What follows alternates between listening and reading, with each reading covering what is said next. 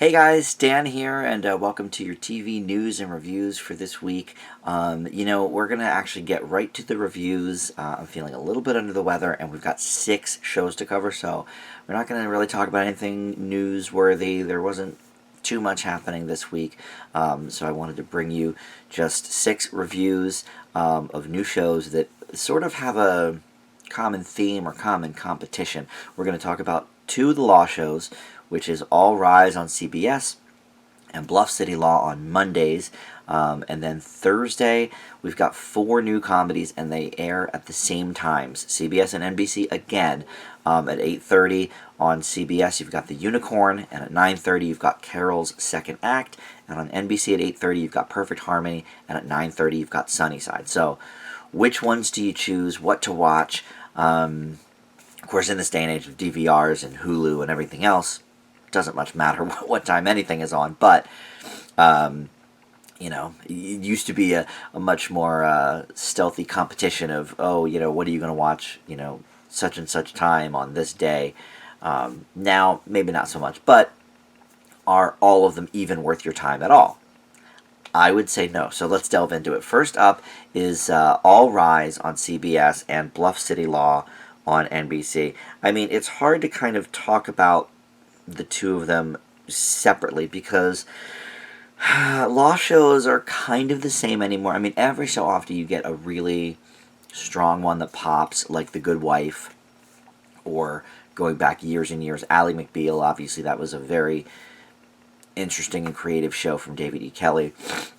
So what are the hooks of these 2 shows? Well, All Rise is mainly about an African-American judge who is a newly appointed judge, and she's, facing her first few cases. Simone Missick is the actress, and I don't really know her from anything. She was in Luke Cage, which I didn't see, but she was also the same role in The Defenders and Iron Fist, so she's, been a part of the Marvel TV universe, at least, if not cinematic universe.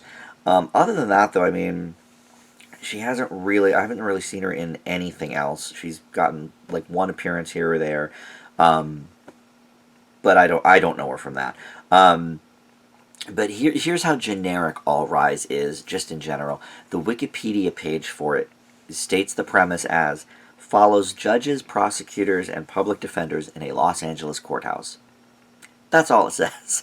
That's the plot of, So, I mean, the same could be said about any law show. But so what sets this one apart is Simone Missick and her judge character, sort of learning the ropes. She's got a couple of buddies that are, district attorneys or what have you. And also Marg Helgenberger is in it, who I typically like. She's another judge and sort of a mentor to Simone's character, Lola.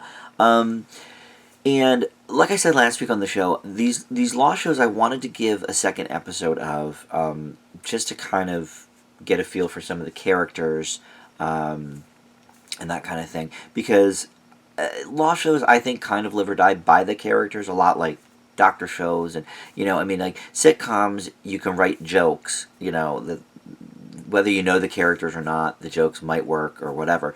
But, same with sci-fi. I mean, as long as, there's some sort of spooky element to it, if the writing's there, it's good.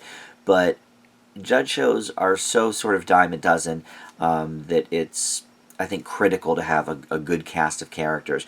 And I think All Rise does that. I think, I was really invested in these 2 episodes in Lola's kind of plight as the new judge, sort of figuring out what to do, and she's being told about, just push all these cases through, one and done, and then a snag, let's say, comes up in the first case and causes her to sort of go more longer term into that case, even though she was kind of advised against it, but she felt it was the right thing to do. So I thought that was good. And then the second episode involves immigration rights and ICE and all that stuff, which is, such a hot topic right now. It's almost a little too played out on legal shows, honestly. I watched this show For the People on ABC, which just wrapped after only 2 seasons, but they did an episode about immigration probably about midway through the second season that I thought was really powerful, really good. I liked that show a lot, and I was sorry to see that go. But other than the characters, there's not really much that sets this one apart yet. I may or may not keep watching it. It's one of those where it's like, depending on how many other shows I latch onto this year, will determine whether or not this one sticks around for me personally. But I do think it's good. I think it certainly has potential, and I like the camaraderie between the cast. I think we can, I mean, Night Court's one of my all-time favorite comedy shows, and there we see sort of a fish out of water Judge as well, young Judge like Lola is. So, obviously that was, more of a comedy, but that whole element, is interesting to me, the newly appointed judge finding their footing. So I enjoyed All Rise, and I was going to grade them together, but I guess I've really only been talking about All Rise so far, so I guess I'll grade that one for now, and I will give All Rise a B. I think it's got a solid start. Not quite sure where it's going to go, and if we're going to get to know these characters a little more, but so far it's held my interest. I'll say that. The same cannot be said for Bluff City Law over on NBC. And these are not airing at the same time. You've got Bluff City at 10 because you have The Voice for 2 hours on Mondays. So this is Mondays at 10. All Rise is Mondays at 9 after the comedy block. And then before, I think it's Bull that airs Mondays at 10. I don't watch Bull, but I think that's what's on. So this one is more of a family law show. Because you've got Caitlin McGee is the lead actress, and she plays Sydney Strait, and she has newly reacquainted with her estranged father, played by Jimmy Smits. He plays Elijah, and they reunite because the mother has just passed away, and all of the people in the family have been lawyers, so, Sydney's just following her parents' footsteps.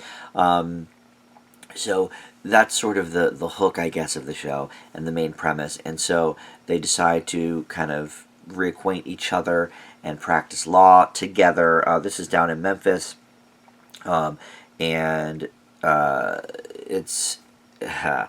that's maybe the worst part of the show, because I like Jimmy Smits, but his southern accent is horrible. It goes in and out.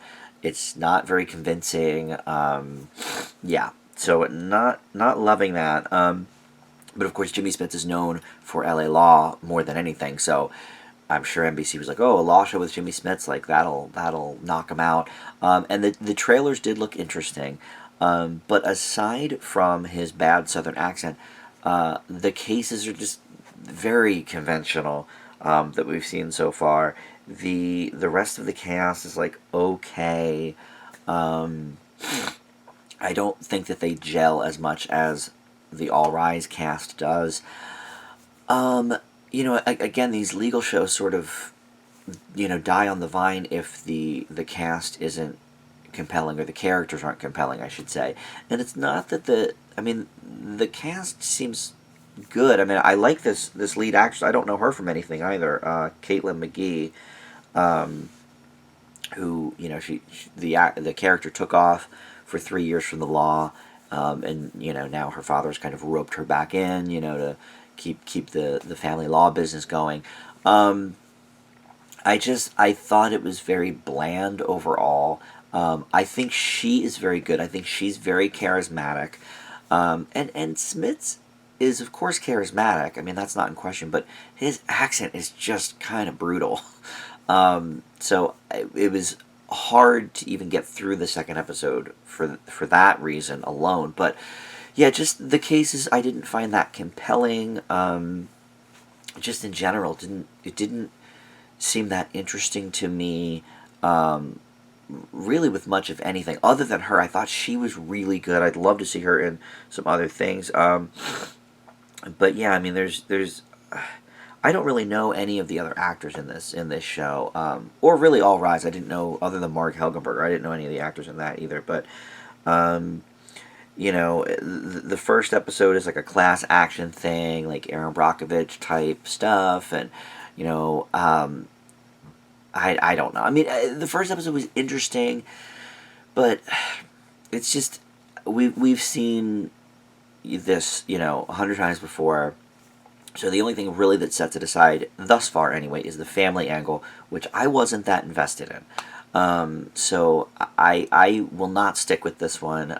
It did look interesting from the previews. I would have picked this one actually to be the one that was the best of the two, or the better of the two, I should say. But it really was not. So I'm going to leave Bluff City Law with a C minus. Did not leave me wanting more episodes. Like I said, I barely even got through the second one. So I can't really recommend that one. So now we come to the four comedies, the comedy matchup on Thursday nights. You've got the CBS lineup is Young Sheldon in its new time, then The Unicorn, then Mom, which I like, and then the other new one, Carol's Second Act. And then on NBC, same thing. You've got two stalwarts at 8 and 9, and then new shows in between.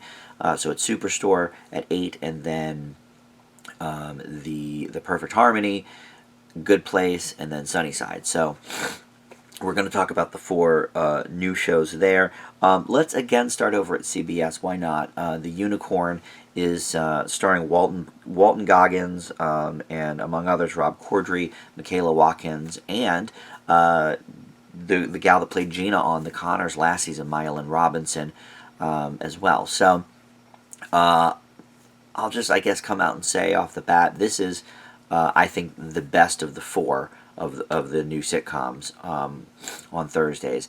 I think Walton Goggins we know mostly from more, and you might not even know him by name, but you would probably know him to see him. He's been in so many things. He was in Justified, which I did not see, over on FX. I've heard that that's a really good show, though. But he's done a lot of movies where he's like more sinister or just more action-oriented roles. G.I. Joe Retaliation comes to mind. The Hateful Eight comes to mind.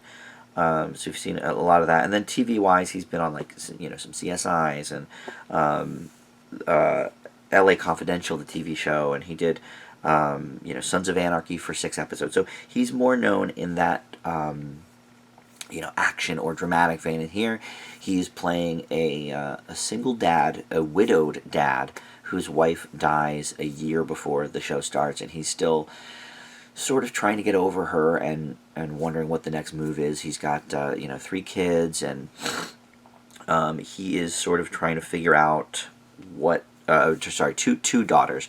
There's a couple of kids in other families, but yeah, so he's got 2 girls, and so he's trying to make his way to figure out what his next step is. So in this pilot episode, we see him trying to date for the first time, and the reason the show's called The Unicorn is because Rob Corddry's character tells him that when he's going through these dating sites, he's like, well, I'm a widowed person, I'm in good shape, I'm young, I'm good looking, young, I mean, he's not 20, but he's in his early 40s, I guess, or something.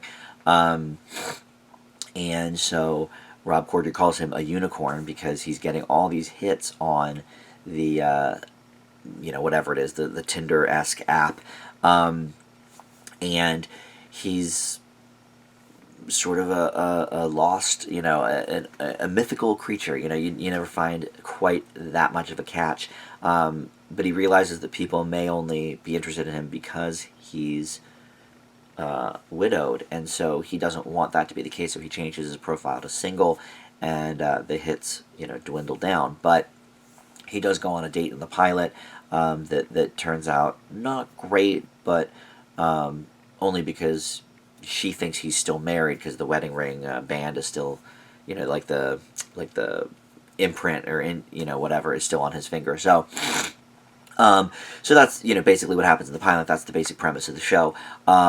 Really liked it. CBS has a knack for doing the laugh track, 3 camera comedies. And I say laugh track, I know a lot of those are filmed in front of an audience, but, whatever, the laughing in the show, 3 camera setup sort of shows. And this is not one of them. And since it is the best of, the new shows, it's better than the laugh track comedy Carol's second act, which we'll talk about next. But CBS does not go out on a limb very often and do the 1 camera comedies. However, they're obviously getting great results with Young Sheldon, even though that parent show Big Bang Theory was clearly filmed in front of an audience and everything. So maybe they're sort of playing with both. I mean, it was almost assured that every season any new comedy on CBS would be of the laugh track variety, and any new sitcom on ABC or NBC wouldn't, until really, kind of the revivals of like Will and Grace and The Connors and everything. It was rare. It was few and far between. The Whitney Cummings Show had one. CBS tried it with, they had success with the Tim Allen one for a little while, I guess. And then they eventually canceled that and it went to Fox. Fox tries it every now and then. Fox had the Dad's Show with Martin Mull, and then they had the Cool Kids this past year. But yeah, for the most part, all of them have really stuck with the single camera format. So CBS is going out a little bit on a limb here with the Unicorn, and I think it works. I think Michaela Watkins is very underrated. I don't know if you're aware of her, but she was on SNL for a few years, and then she did one of my favorite one-season shows of the last, decade or so, which was Trophy Wife. I thought she was great on that. She pops up every now and then. She had a very successful show on Hulu for a little while. What was that called? Casual, yeah. And she shows up every now and then. She was on Old Christine for a little bit. She's on Transparent sometimes. So, very talented and very funny when she needs to be. And I think she's real good here as well. Maya Lynn Robinson is good. I thought she was strong on the Connors, but they didn't give her character literally anything to do. So I think that changes here. I think she's able to show her comedic chops. And you could tell there was potential on the Connors. They just didn't give her character anything. So I'm glad she kind of found something. And I hear she's going to return to the Connors, a couple of episodes or whatever here or there. But this is going to be her full-time job, let's say. And I think it's better for it. I think, the kids are real cute here. They're supportive of their dad, but obviously missing their mother as well. I just think it's a good show all around, and I think Goggins is really good. Like I said, we've never really seen him tackle this sort of more broad comedy or, sitcom-y style. I mean, not that this is necessarily broad comedy, but we're used to seeing him in action roles, and when I heard he was the star, I wasn't sure how it would play out, and I think he does a really good job with it. So this is... I can't say it's the best show I've seen so far this season. That would probably go to... I guess that would go to that Amazon animated show. But as far as network shows, it would probably be Emergence so far. I'm really into that. But I think this is a really good show. I think it has a lot of potential. I will definitely be sticking with it. I give the Unicorn an A-. So up next is the well, I guess let's move over to NBC and do the counterpart, which is Perfect Harmony. And this finds Bradley Whitford in sort of dire straits. He's about to kill himself in the pilot. Former Princeton instructor who sort of stumbles on this church choir, and they're kind of in dire straits as well. They're sort of failing all their competitions, and they don't really have what it takes, and he decides to step up and become their new choir director. And Anna Camp is in this, and it's funny, all these Pitch Perfect people are getting new shows this year.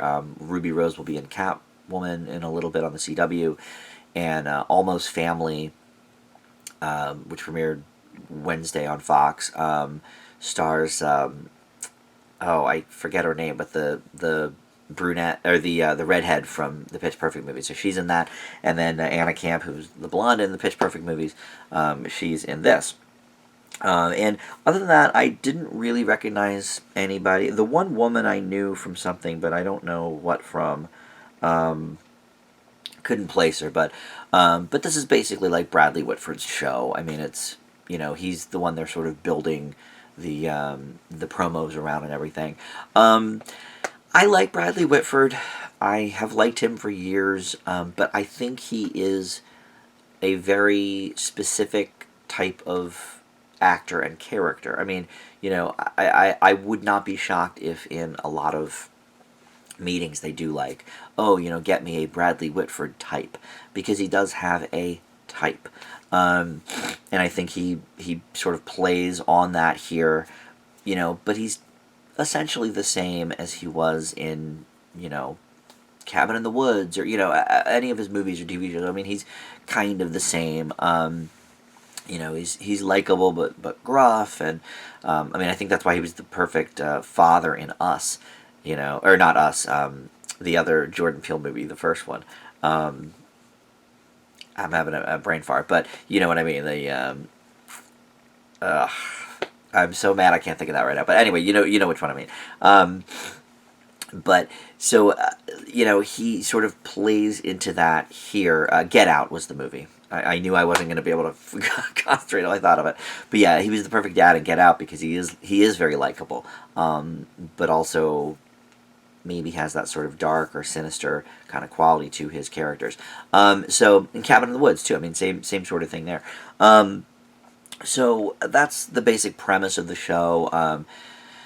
I kind of thought the pilot went way too quickly with everything because at the end of the episode, spoilers I guess, they compete in a contest and they don't come in even the top 3, but they give them a most improved award or whatever.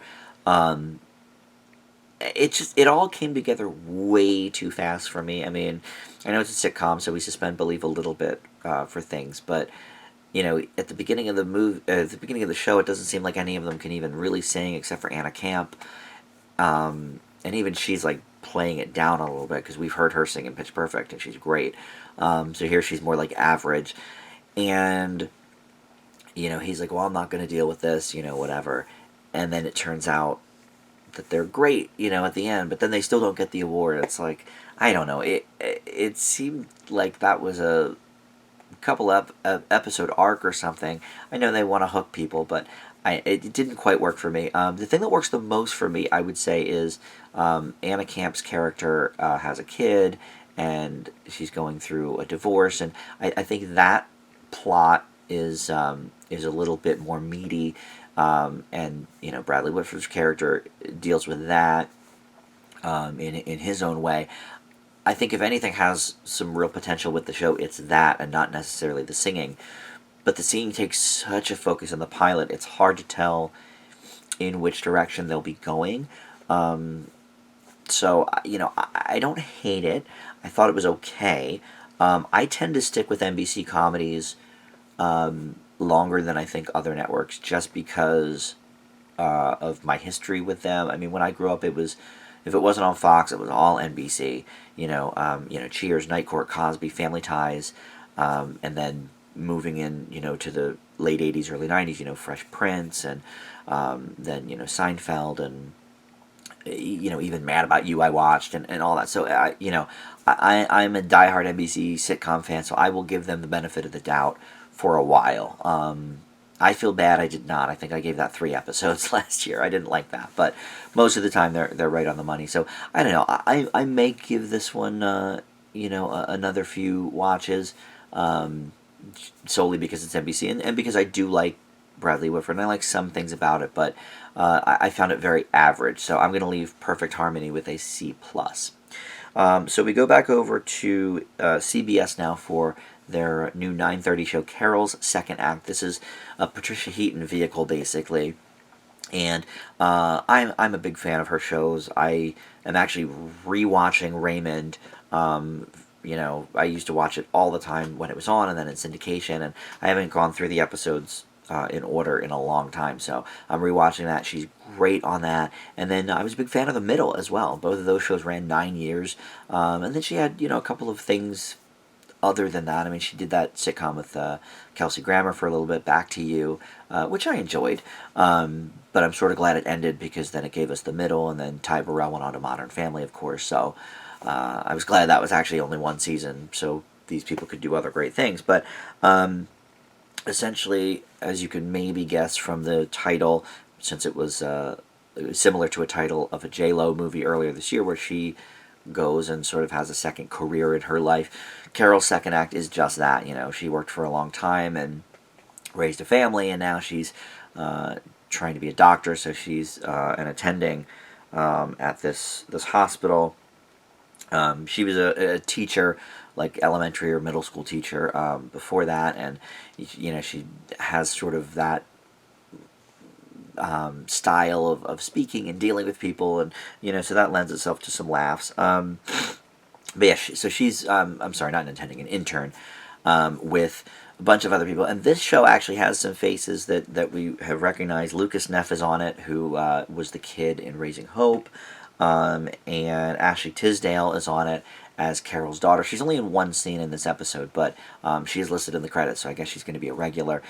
She's like a pharmaceutical rep, and so one of the hospitals she works is her mother's, so that may lend itself to some comedy. And then we've got Kyle MacLachlan, Twin Peaks, Desperate Housewives. We've seen him for ages. So this one, of all four shows of the sitcom, or really any of the shows we're talking about today, has the biggest pedigree of stars you might recognize. And I like this show. I mean, listen, of all the laugh track or studio audience sitcoms, the multi-camera setup sitcoms, I do think CBS does it the best. I think they have kind of a knack for it, which is why they continue to do it. I mean, it gets them ratings. I'm not one of these snobs who's like, oh, I won't watch a sitcom if it has a laugh track or whatever. I mean, I still watch Mom. I think that's probably the only one that I currently am watching, though. I did watch The Cool Kids last season, because I love Vicki Lawrence, I love Martin Mull. Maybe wasn't the greatest. It was, kind of stupid, but I got some laughs out of it. But I won't shy away from that kind of thing. So, even though some of the Chuck Lorre ones, I know Mom is Chuck Lorre, but some of his are not really good, and sort of lowest common denominator type things, like Bob Hart's Abishola, which we talked about last week. But I can easily see watching this one to continue it. I think, listen, Patricia Heaton, I think, is talented. The only thing about this particular character that sort of struck me was, as I've been going through Everybody Loves Raymond again, I've been thinking, her character is so different from Frankie Heck on The Middle, that I really like the difference. It doesn't seem like I'm watching, oh, this is just Frankie Heck married to Ray Romano. This character sort of is an amalgamation of the two. Like, it's certainly not a brand new character for her, which is not necessarily a bad thing. But I just sort of admonish Bradley Whitford for that in Perfect Harmony. So I do have to take away a point or two for that.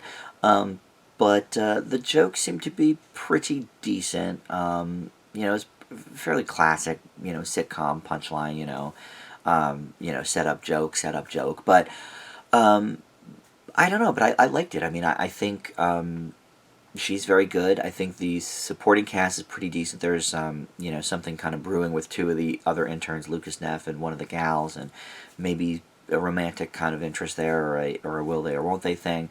I like the gruff exterior of the attending that they have to deal with.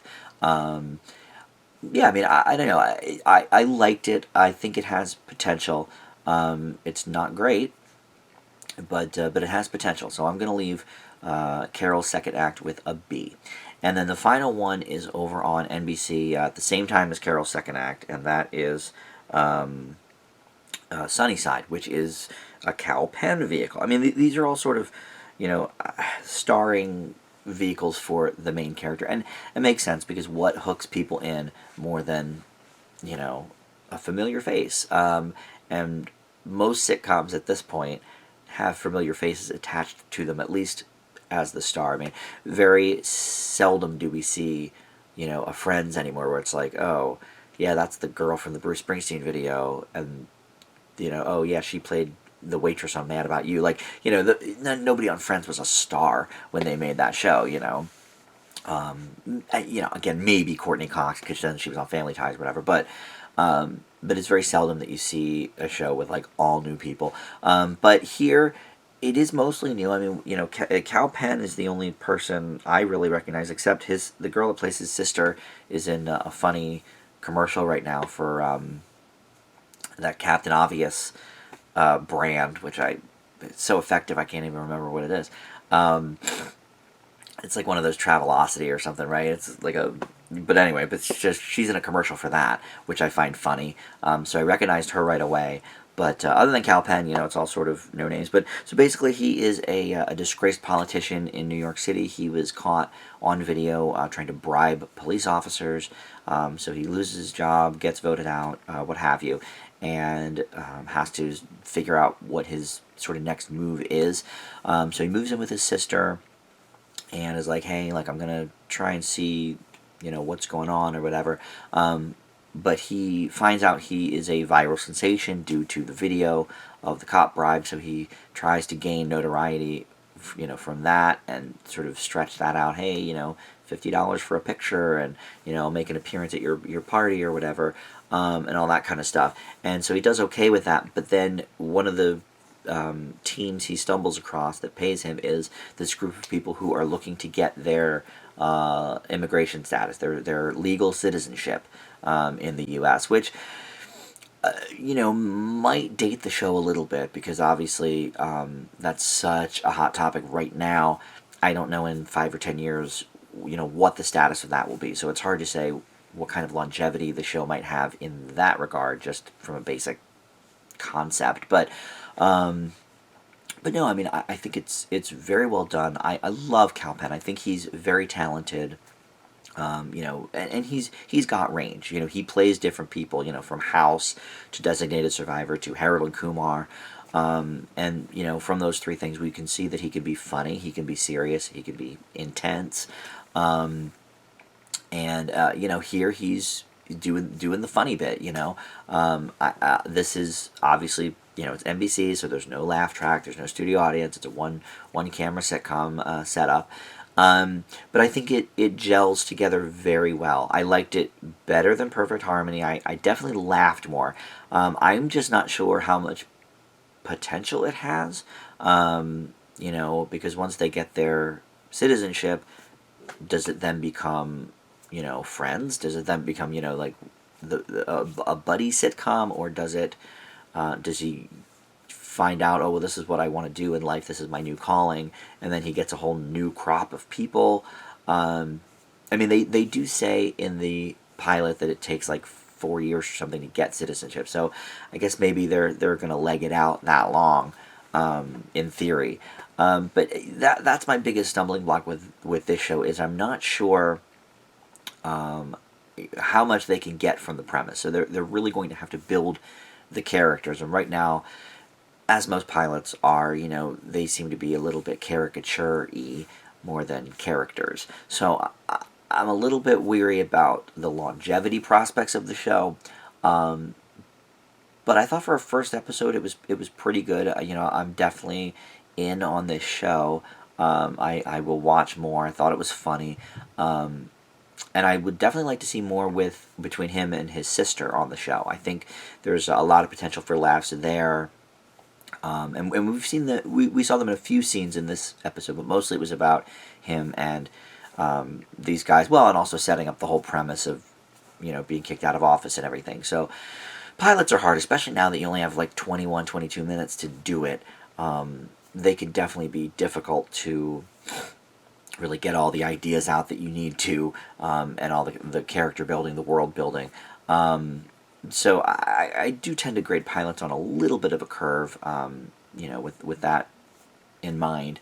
I'm going to leave Sunnyside with a B+. I really enjoyed it. I'm looking forward to more. I just don't know what the long-term prospects of the show would be, just from the basic pilot premise. So that's it. That is going to do it for this week's show.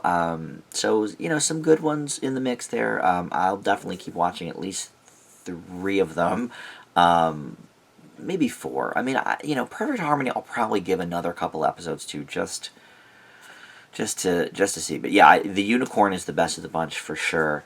Highly recommended on that one. And I think second choice would probably be Sunnyside, at least based on my grades. I just, talk to me at the end of the Sunnyside season, I may have a different idea, And that's the thing, that's the weird thing about just sort of grading the pilot or even the first 2 episodes. Like, Manifest I was really into last season. I thought the premise was great. I was very into like, oh, why were these people missing for so long and this and that. And then I gave up after about 5 or 6 episodes because the acting was just so bad. So it is hard to tell based on just the pilot. But look, if you have a good pilot, if you have a good first 2 episodes, you can at least gain an audience from that. And if they decide to stick around after 6, 8, 10 episodes, then there you go. Then you have a fan base. But for me, yeah, it's always hard to tell because I usually give shows 1 or 2 episodes for sure, and then sort of judge from there. And if after about 5 episodes I'm still not really invested, I'll just give up because there's way too many shows to watch. You know this. So. All right, well, with that in mind, that will do it. Next week I'll be back with, I'm sure, some news as well as the reviews. There's definitely a few new shows that I still haven't gotten to. Bless the Hearts on Fox, which is, part of their animation block, so I'm definitely interested in how that is. Almost Family, which I mentioned earlier, also on Fox. Evil on CBS. And I feel like there's maybe one other ABC show that I have not gotten to. Also, at some point I want to talk about The Masked Singer because I've become obsessed with it. I didn't watch it at all last year, and then when season 2 came on, everybody was talking about it, and so I binged all 10 episodes of the first season in like a day and a half. And now I'm like caught up. So I don't know. I may grade The Masked Singer at some point too, even though it hasn't like just started, but it's new to me. So anyway, that will do it. Join us on Facebook if you haven't. It's Dan Reviews It on Facebook. And of course, subscribe here. We're at 311 subscribers at last count, so that is awesome. Keep those coming if you have not subscribed yet. And that'll do it. So thanks so much for watching, and we'll see you next time. Bye.